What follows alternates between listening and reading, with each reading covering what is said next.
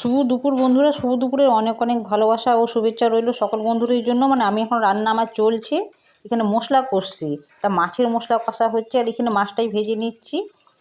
মাছ যতটা আছে ভাজতে ভাজতে অনেকটা টাইম লাগে, তাই জন্য মশলা কষা শুরু করে দিচ্ছি। এখানে বাটা মাছও আছে, আর বাটা মাছ কাটা মাছ দুটোই আজকে রান্না হচ্ছে।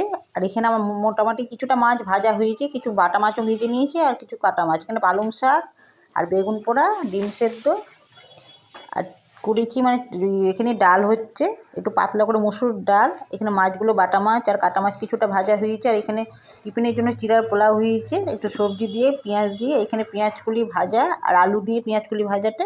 আর এখানে হচ্ছে ফুলকপি আলু দিয়ে মটরশুঁটি দিয়ে একটু কষা কষা তরকারি। শীতের দিনে সবথেকে যেটা ভালো লাগে, একদিন পরিশ্রম করে রান্না করলে 2 দিন খাওয়া যায়, তারপরের দিন রান্না না করলেও চলে, শুধু গরম গরম ভাত করলেই চলবে। আর সব খাবার থাকলে গরম করে নিলে খাওয়া যায়, কিন্তু সেটা গরমকালে ভালো লাগে না একদমই।